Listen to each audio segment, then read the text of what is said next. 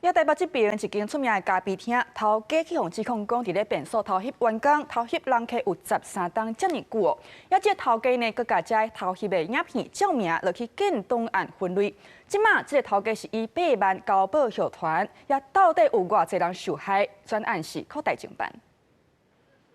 楼骹的铁门打无限期停业的广告，佮讲会提醒预约的定金。最近伫台北市闹一个相款的咖啡厅，头家互指控13年以来伫便所偷装摄影镜头、偷翕人客，也是趁员工旅游的时偷翕员工洗身躯，佮甲影片按照名建档案分类好。警方收到报案，初五摕超速票收伫出名的咖啡厅楼骹，甲人带回去讯问，按照妨害秘密罪就办。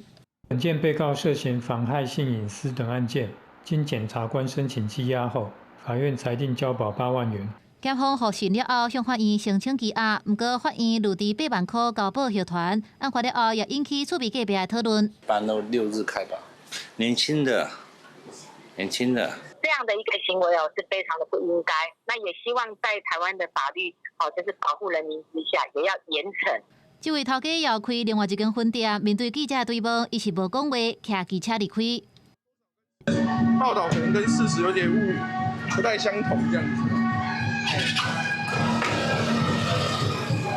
他来的时候我们就有看到了，还不知道发生什么事。不知道发生。对，但后来才知道。因为咖啡厅网络评价袂歹，有真侪民众或者是网青，甲去店内消费的经验，藏去网络分享。不过，伫疑似有偷翕案夜出来了后，也引起网友的讨论。因若互偷翕的到底有几个人？检警也继续扩大侦办当中，并且追查感受影片上网外流。公视新闻采访报道。